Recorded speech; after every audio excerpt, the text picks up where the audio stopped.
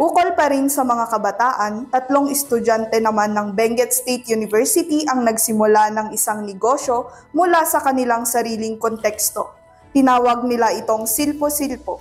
Ano kaya ito? Alamin sa report ni PIA intern Clarissa Osyang.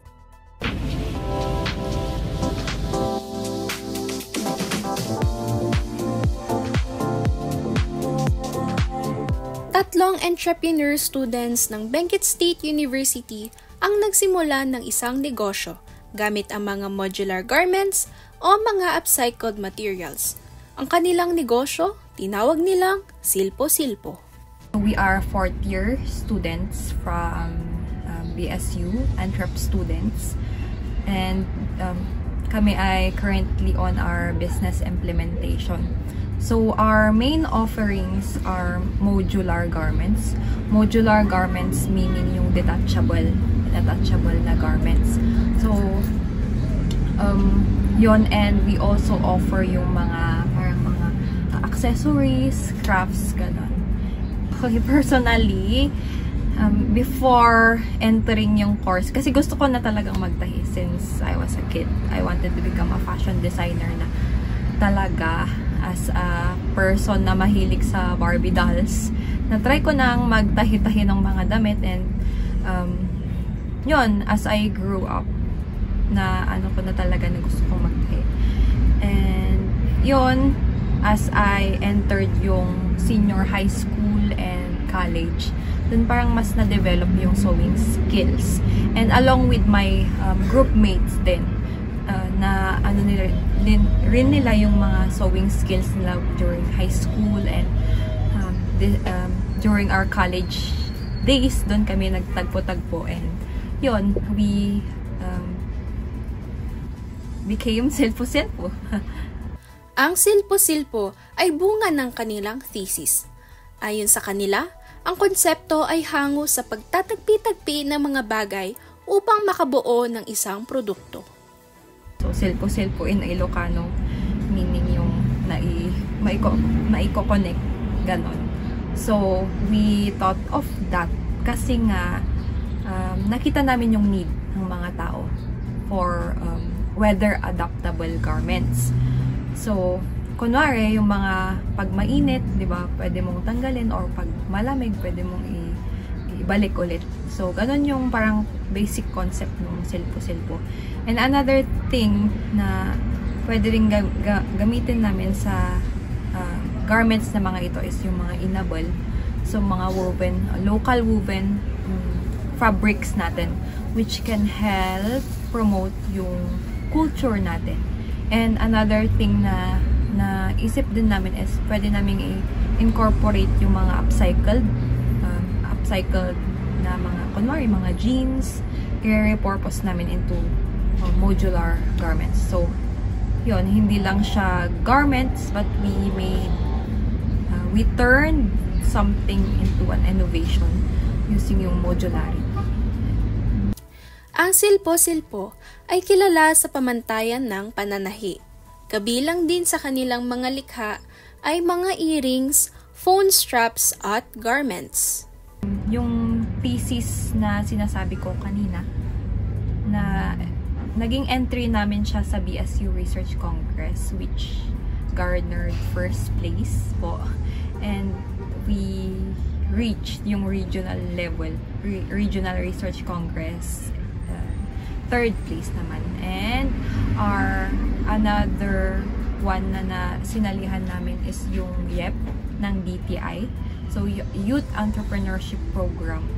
Ito ay isang program kung saan may mga modules na natututunan namin regarding business, ganon. And sa end ng program na yon is my business pitching.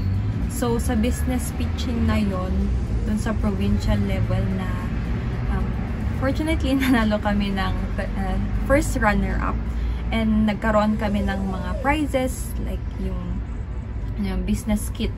So, yon.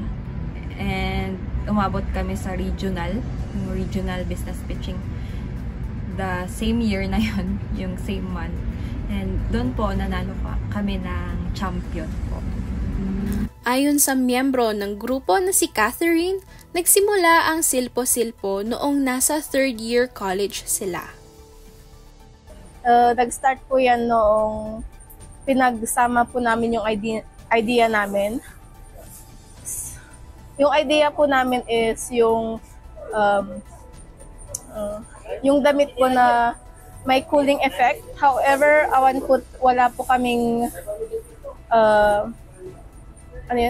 wala po kaming pagkukunan ng supply for the fabric na may cooling effect na.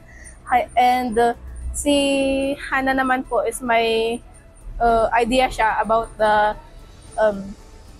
yung detachable thing. So pinagsama po namin yung idea na yon. So kaya po nagkaroon kami ng modular garments, which is nagbibigay siya ng yung t-shirt po pwedeng maging sando, or yung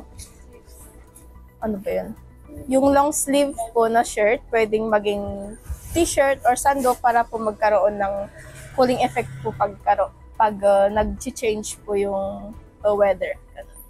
Takot man sa paggamit ng sewing machine, hindi ito naging hadlang kay Catherine sa pananahi ng iba't ibang produkto, katulad ng garments, accessories at mga crafts. Nag-start ako magtahe nung grade 8. Di ba may subject tayong TLE? And yung napili ko pong TLE subject ko is dressmaking and tailoring.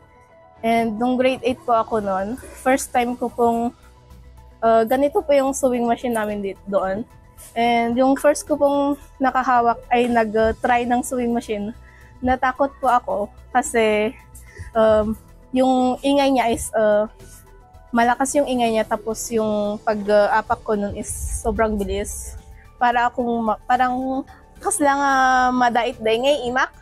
So hindi ako nagpukawak pa adi kon ada day ni mami nga mga-guide kanya. Sige lang, tutuloy mo lang nga agdadait masanay kamot lang. Ejay kat idi ko akat the first mi nga inaramid kat short pant. Kat ijay kat jingi di ba the fabric kat kas lang square lang nga day. Kat na amaze ak nga day from the fabric nga square lang nga day kat makaaramid ak maisuot mo mismo nga inaramid. So day na-inspire ako nga agaramid ak pati dado mga bado like t-shirts. Nag-start kami ti short pant, then grade 9 kat t-shirt, pajama, and then trousers matlang. And then from grade 10, tuloy ko matlang ti grade 10, nag-aramid kami ti blazer, kasjay. And then, di ba, ijay grade 11 to 12, pinapilida kami mano niya ti track nga alam ni. Kati inalakmot ka TVL, dressmaking and tailoring. So, tuloy ko pa ijay nga nagdadait. Gana senior high school. Ang Silpo-Silpo ay may iba't ibang inaalok. Kabilang narito ang pagtanggap ng customized na damit o patahi, o kaya mga crafts na sila rin ang gumagawa. Pwede niyo po kaming bisitahin sa negosyo center or kaya po dito po sa market. Kung gusto niyo pong magpa-customize, just pumunta po kayo sa Facebook page namin and messages po.